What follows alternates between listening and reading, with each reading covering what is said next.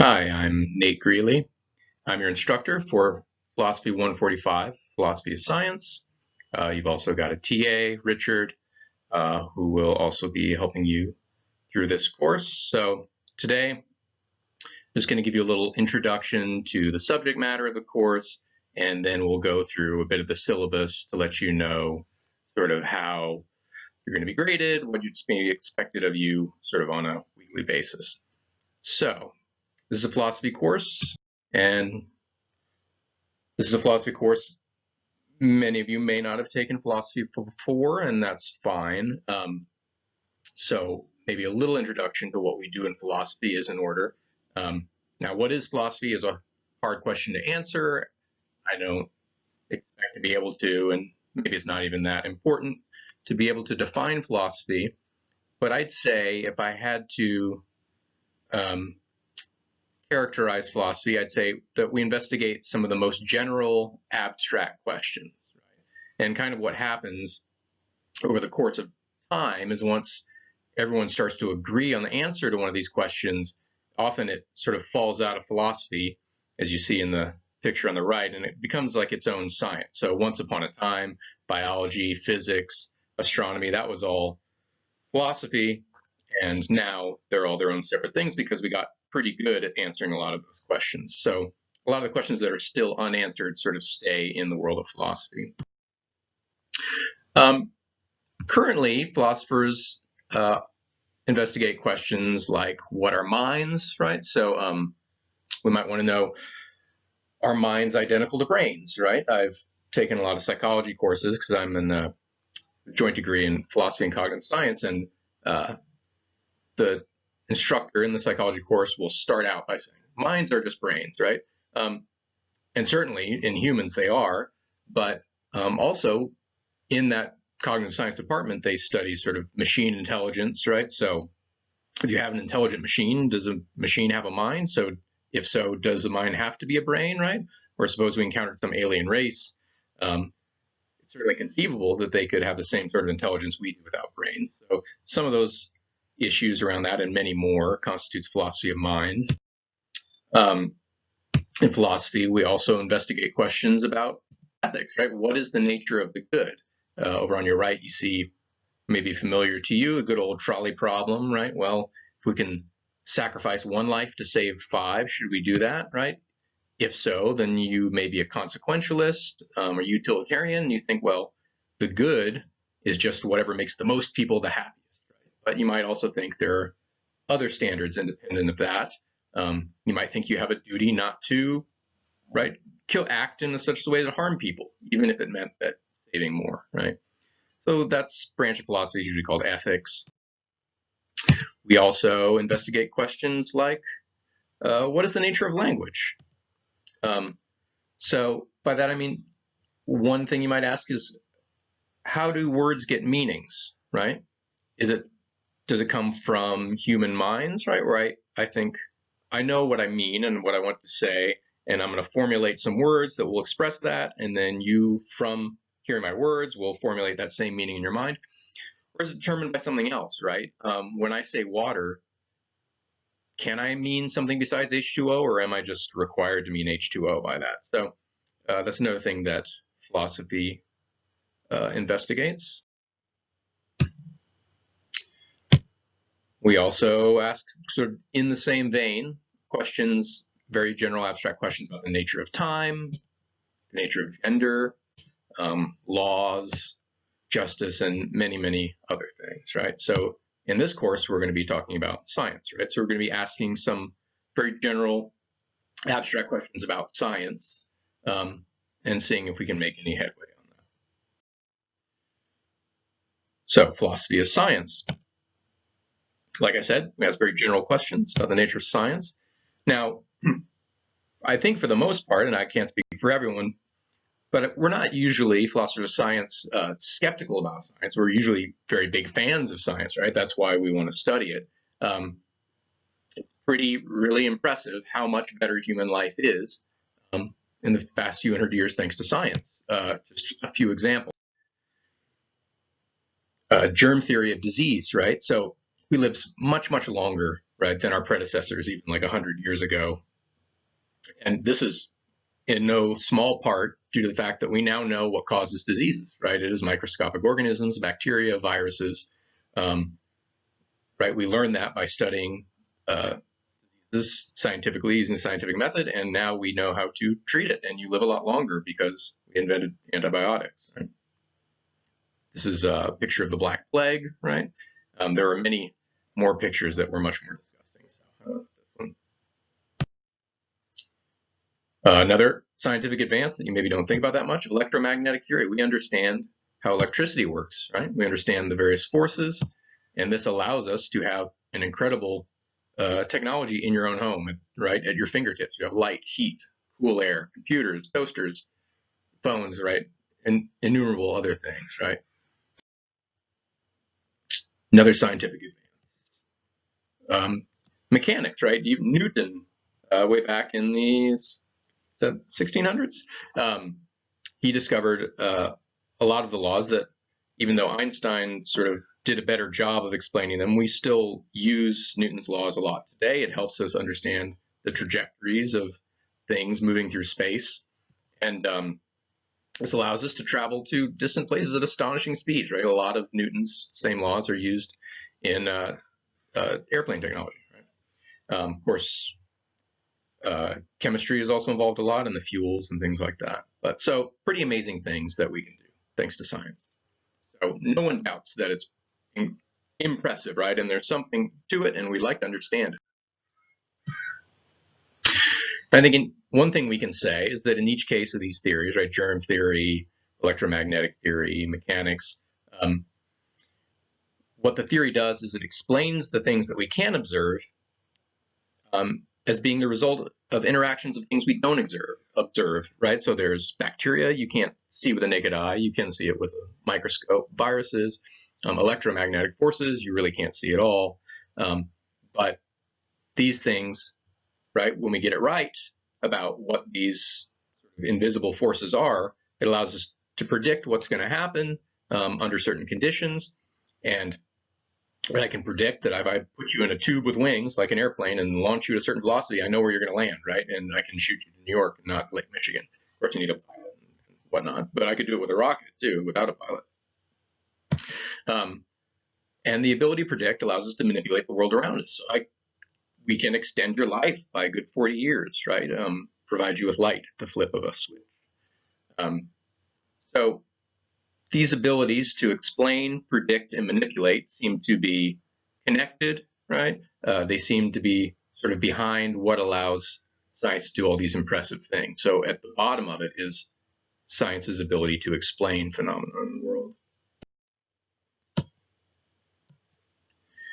So as philosophers of science, we want to know, what is it about science that makes it so powerful? How does it allow us to explain, predict, and control phenomena?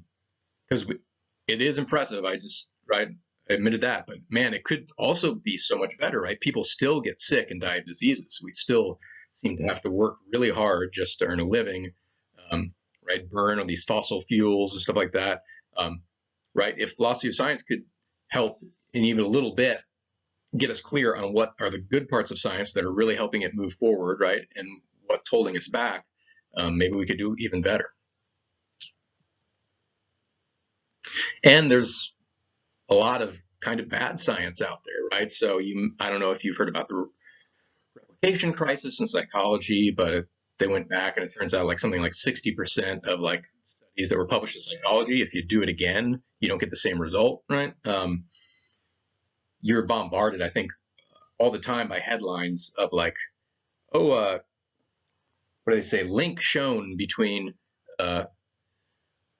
intelligence and owning a cat, right? Stuff like that. And it's like often those studies are pretty meh, right? And you can't really believe the headline that well, right? And sometimes that's the fault of the press, right? They sort of like portray the study as claiming stuff it doesn't, or claiming something stronger. But nonetheless, there's paying attention to, right, the logic and the foundations of science is going to help us do science in a better way.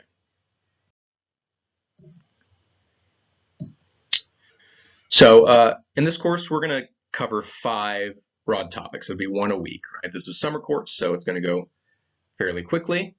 So we're going to start with the logic of scientific inquiry, specifically the problem of induction, which I'll talk about a little bit more in a moment, and much more in the next lecture.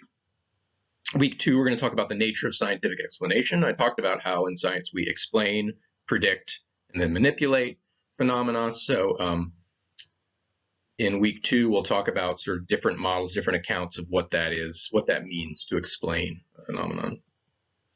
Many of those explanations talk about laws of nature, right? There's laws in psychology, laws in economics, laws in Newtonian mechanics, relativity equals mc squared, right? Everyone has heard of that one. That's a scientific law. Well, what exactly are those, right? Are they just regularities that we observe, or are they something more? We'll talk about that. Scientific realism and anti-realism. So science has been wrong a lot of time. There are old theories that turned out to be wrong, and now we have new ones, right? So what right do we have to believe that our current theories are actually the right ones, or are there going to be better ones in the future? And finally, intertheoretic relations, right? So there are different sciences. So over time, right, theories change. We want to know what's the relationship between that. We like to think that it's progress, right? We want to think that if we had a theory that was okay, but then we got a better theory, that we're somehow making progress, not that we were just totally right off base before. But it's hard to say how that's the case, right? So we'll talk more about that. And another kind of intertheoretic relation will be about sort of the higher science, or the special sciences and the more fundamental sciences. So is everything ultimately physics, right? Is it just particles bumping around, right? And if you had perfect theory of physics, you could predict everything else in biology and economics and everything else. We'll see.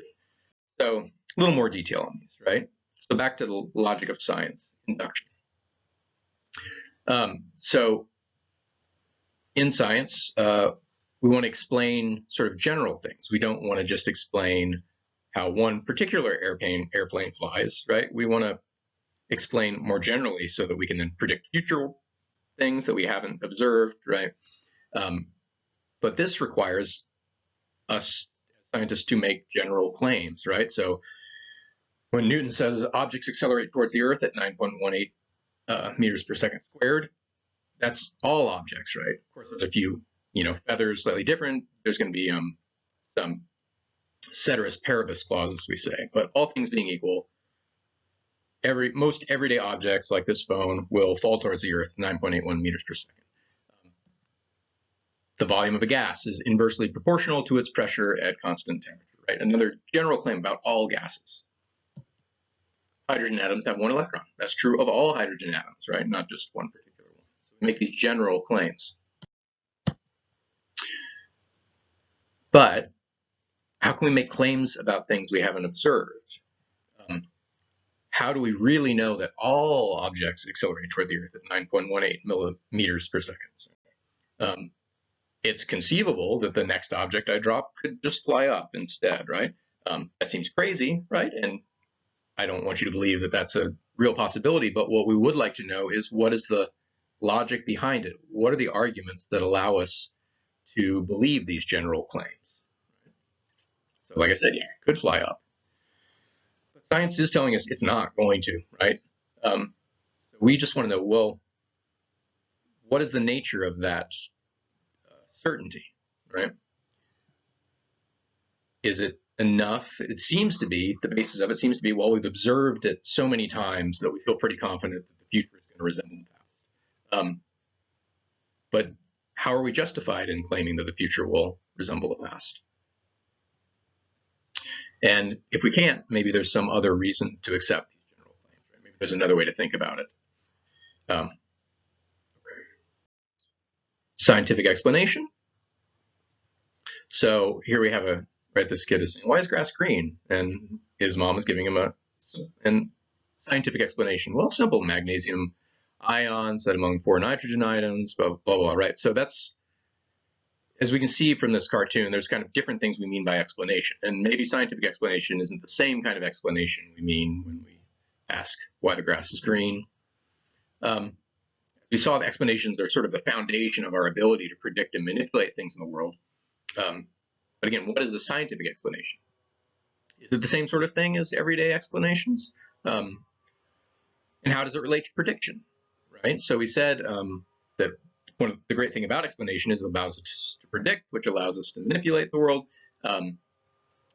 But what is it? Is explanation just the ability to predict, or can you explain without predicting, or vice versa? We'll talk about that. There's probabilistic explanations all throughout science, right? So it is true of all objects all the time that they'll fall towards the Earth at 9.81 meters per second squared. But there are also laws that say, well, most of the time this will happen. A lot of the stuff in psychology is like that, right? A lot of things in economics and even in physics, right? In quantum mechanics, we talk about probabilities. So what's the nature of that sort of explanation when it doesn't give you an answer? It doesn't give you a prediction that is foolproof, right? But it does give you predictions that are reliable enough that they can be very useful. Okay, week 3, laws of nature, right? So scientific explanations, they talk about these laws. So Newton's laws allow us to predict and control the trajectories of objects through space, like airplanes. But what is a law of nature? Is it just a description of, right, these regularities that we've seen? Oh, I've noticed over and over that objects fall at a certain speed. So let's call it a law. Or is it supposed to be stronger? Is it like governing? Is it the law that makes the phone fall towards the Earth at a certain speed? And what is the relation between laws and scientific theories? So we'll talk about this. Realism and AntiRealism. So we talked about all these impressive accomplishments of science, and it's just, that must indicate that science is getting something right, right? We've landed a human on the moon, and that can't just be luck, right? We used science to do that, and that must mean that science is getting something right. But then on the other hand, if you were alive in the time when they thought that heat was a substance, right, called caloric, that flowed from object to object, or you thought that fire combustion was the result of a substance called phlogiston, or that you had humors flowing through your body, right? Like it was like phlegm. This is what this picture is on the right, the various humors, phlegm, blood, different kinds of bile. At that time, you could also people made predictions, and their theories were very successful, right? And at the time, they thought, man, we've nailed it, I think, right? This is so great. And then hundreds of years later, we're like, Jesus, that was so dumb. So how do we know if we're great or we're dumb, right? In a couple hundred years, we might know, but right now, it's hard to say whether we should trust that our scientific theories are actually true, even though they're very successful. Okay. And the last week, we'll talk about intertheoretic relations. So scientific theories change, but how does that happen? How do we know when to give up on one theory and then go on to try another, right? Is it just like kind of political, like where there's professors that they've got their one theory and they want their career to do well, and so they're going to fight for that theory? Or is there some sort of more rational process behind it, right? Another type of intertheoretic relation is reduction, right? So do sciences like chemistry, biology, psychology, do those ultimately reduce to physics, right? If you knew all the information about all the particles bumping around, then would you be able to sort of predict all the chemical reactions and then all the chemical reactions in the body that combine to form, right, your body? And then if you knew everything about the body, and particularly the neurons, would you know everything about people's psychology? Or is the relation more tricky than that, right? So in the picture here we have sort of the main example we'll see of reduction is of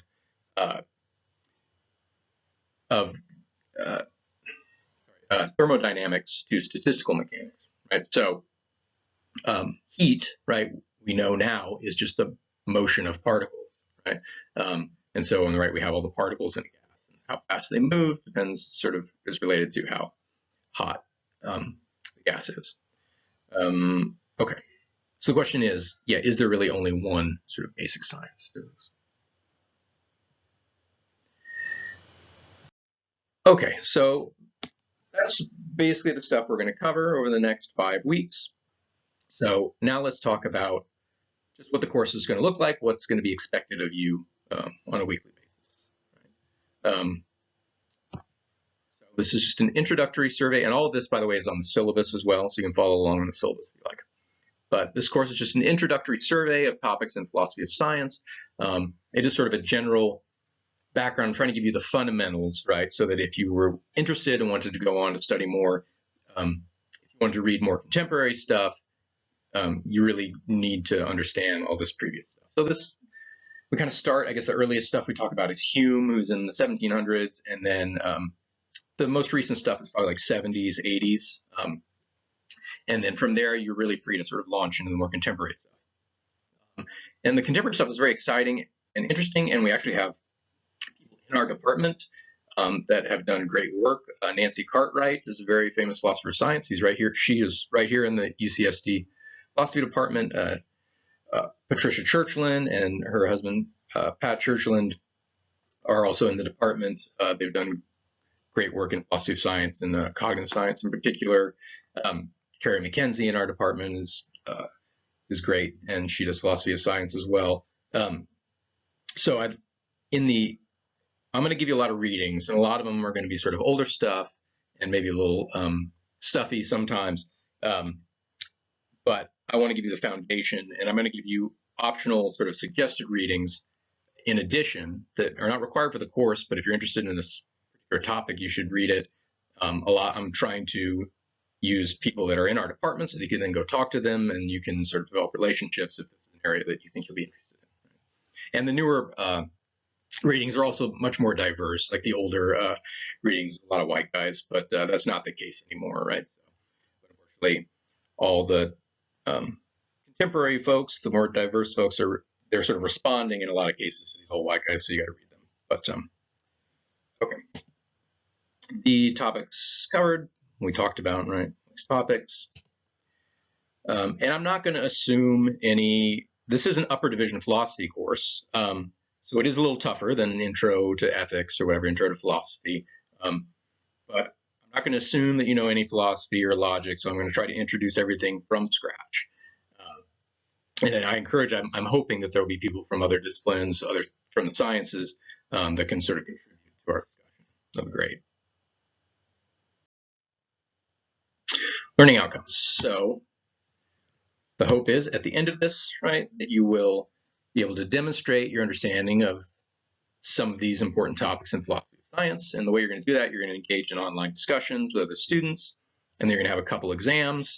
And finally, you're going to have an original essay, right, that argues for or against some very specific thesis in philosophy of science. So in order to get through, I think that the paper is sort of the linchpin of this whole thing. And I'm expecting you to sort of do the readings and watch the lectures, and I want you to walk away with a general understanding so that a year from now, if somebody brought up scientific explanation, you'd be able to have like an informed conversation with that person. But I'm not expecting you to like memorize all the little details out of all these papers or every little detail from the lecture. The one part where I'm hoping you will get more narrow and more detailed and more interested in a particular topic is in the paper. So I'm giving you a lot of information sometimes in order to mainly just to spark ideas, right, for a paper. Right? So don't feel like you have to digest all of it. But do look out for like, oh, this is very interesting, I want to pursue it. So your assessments, right, this is what your grade will be based on. And again, the main point is just to keep you engaged, right? So there are going to be a lot of very relatively low stakes stuff, but it happens very regularly every week.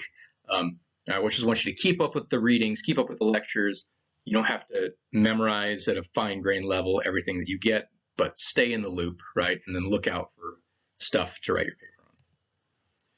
Right, so these sort of low stakes things are going to be discussion, contributions, quizzes, and you're going to turn in a draft for your essay before you turn in the final essay, right? And you add all those up, that's like 60% of your grade. And I really think as long as you're sort of just keeping up, you should easily do well on these parts, right? So that only leaves about 40% where you're going to have to, it's going to be graded on quality, and you are going to have to write well, write a good essay. You're gonna have to write a good final draft to your essay. Your midterm is gonna be graded on quality. You have to demonstrate understanding of some topics, right? So I'm trying to give you a lot of low stakes stuff to really boost your grade in the beginning and just mainly just keep you engaged. And then there's a couple things where we will actually test on, that you understand and that you're able to explain it. And in the final essay, you're going to have to be original. There's going to have to be a sort of like a kernel of originality. You have to have an original idea that you put forward, right? And I don't mean that like no one has ever published on it, but like it's not going to just be like regurgitating stuff from this course, right? So in your final essay and in your draft, I would like to see some original thought, right? Okay, so here's the breakdown. Discussion, 20% of your grade. Each part, it's very simple. Each part is going to be 20%. So all you need to do is put 2 posts per week to the Canvas discussion board for that week, right? So there's a discussion post, there's a forum for week 1, week 2, week 3. So you'll post something original, right, that occurred to you from the readings and the lectures, and then you're going to post 1 reply to someone else's original submission. And these will be due Fridays, 11:59 p.m. So the first one, the original submission, might be an objection to some claim or argument in the lectures or readings. So maybe we're talking about Hume, and I go through the lecture and I say something that Hume says, and you're like, that seems wrong. If you can sort of articulate what you think is wrong with it, that's a perfectly good discussion post. Right? And the idea with these discussion posts is maybe you'll start to have an idea that you want to develop into a paper. Doesn't have to be an objection, though. Maybe you just need something clarified. And often that is a good starting point for a paper. A passage, right? If I say something or you read a passage, you're like, this is not making sense to me. I don't see why this author thinks this is true. Often it's because they're maybe wrong, right? Or they're maybe not being very clear, and that actually is a good entry point for writing a paper, right? So you can just be a request for clarification, but again, be explicit enough and detailed enough that people understand it and can respond to you. It might be an extension of some claim, so you might actually just be agreeing with something that's going on in the lectures, the reading, but you think there's more to be said about it, and you think you can add to the conversation. Okay? So those are the sort of 3 ideal sorts of like original submissions. What I would prefer not to see in these discussion posts is just a summarizing of what I said in the lecture and the reading. Right? The idea is to come up with original thoughts, and one of those will hopefully turn into a paper for you. Okay. So the second part is the other post that you have to do weekly is a reply to someone else. So try to be respectful and constructive, right? Don't say how dumb the other person's post was. But again, it can be an objection. You can certainly disagree with them, right? Just do it in a tactful way.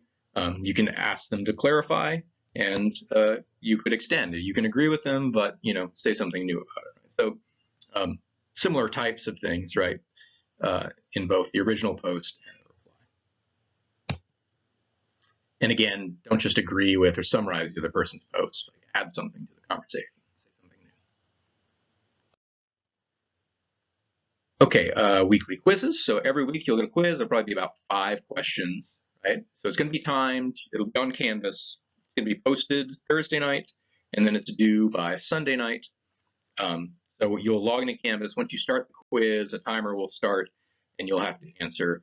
I think it's like 15. I forget how many minutes I gave for the quizzes, but I think it's adequate time. I really just want to know that you have watched the lectures and you have tried to read the readings, right? Some of the readings are tough. I don't expect you to totally understand everything in the reading, but if you watch the lecture, try the reading, you should be able to answer these questions. And if you've done it, they're not supposed to be tricky, right? I'm not trying to pick out one little thing that's going to like trip you up. I'm just going to be really general, like, did you do the reading? In week 5, we're not going to do quiz because you're going to have a paper to write. You're going to have other stuff on your mind. So there's going to be 4 quizzes, right?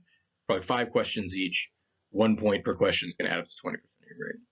But again, should be easy if you're just keeping up. Okay, the midterm. The midterm is going to be 2 short essays, like 1 to 2 pages each. You'll write them and submit them through Canvas. I'll give you 4 prompts, and you can choose any 2 of those, right? Your midterm is going to be kind of early. It's going to be sort of end of week 2, because I want to leave you room to start thinking about your essay. So they'll just be chosen from lectures and readings in weeks 1 and 2 of the course. And all I want from this midterm is you to demonstrate that you understand not only the claims of these authors, but their arguments for those claims. And we'll post those on the 9th, and they'll be due on the 12th.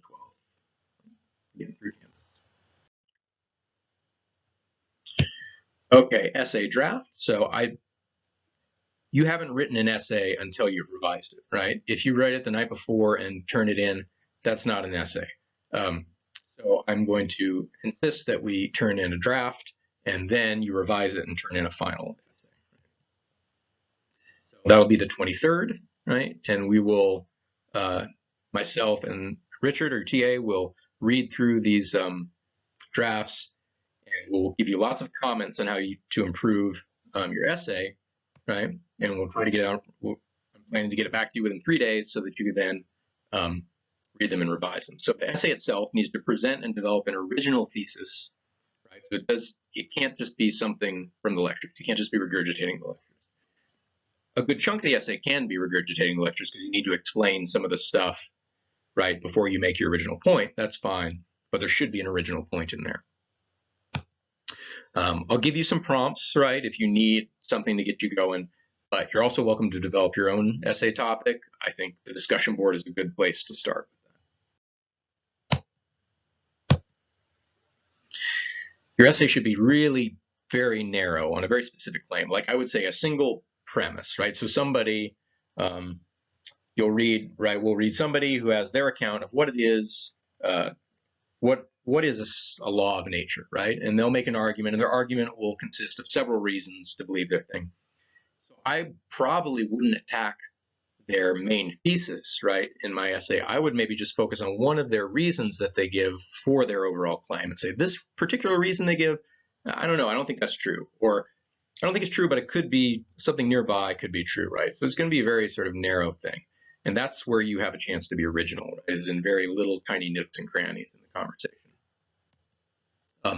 And you're going to consider objections to your argument, right? That's going to be, so you'll say what you need to say, but then you have to think a little further and say, well, how would somebody object to this? And you'll have a lot of help from us, because in your drafts, we will probably be giving you objections to some of your claims, so that you can then address them in your final draft. No particular length requirement, but 5 to 7 pages is what I would say, right? However long it takes to do a good job and say what you need to say. Yeah, we'll give you comments, and then the draft itself, you should be pretty easy to get full points. I'm not going to promise I'll give full points for anything that gets turned in, right? But as long as it looks like you made an attempt that could then be improved for a final draft, you should be okay, right? Okay, and then the final essay. So you'll get your draft back, you'll get a bunch of comments, and I guarantee 90% chance you're going to have to make some significant changes, right? I'm not going to say it's impossible that you could write a perfect essay on your first draft, and I will come back and say, this is amazing, publish it, right? But probably not going to happen. Probably you're going to have a lot of comments, and you need to read those, digest them, understand them, and then work on your essay a bit more. And this one's going to be, it's not going to be just like turn it in, you'll probably get top marks. This, an A paper is going to have to be a good paper. And that's going to be due the 31st. All right, and that's basically it. So again, the course schedule. So I'm going to post videos like this, right? But we will also be meeting up on Zoom, right, at the scheduled course time. But I'm not going to make you sit through a 3-4 hour Zoom call, right? No one can pay attention for that long. So all of the lectures are going to be posted like this as little videos, right? Probably 20-30 minute videos. And then I expect you to watch those, and then you can come in on Zoom lecture time and we'll mostly just discuss, right? It'll be sort of an open office hours discussion sort of thing. And anyways, that's the plan for now. We may have to change it. We'll see how it works out. This is all sort of new, these online courses, but that's my plan for now. So on 29th, we'll meet and we'll discuss this information that I'm talking about now, quartz intro, and also we'll talk about the problem of induction. Hopefully you will have watched the lecture I'll have posted on the problem of induction. On the 1st, we'll talk about falsification, the Duhem problem, and underdetermination.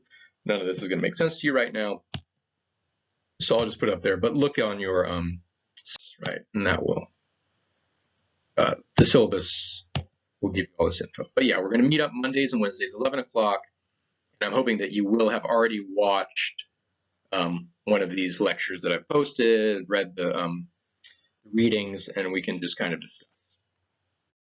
Okay, so week 5. So that is that, and I will see you 11 a.m. Mondays and Wednesdays. Again, we'll probably hang out for an hour or something and discuss, and then that will be it. All right.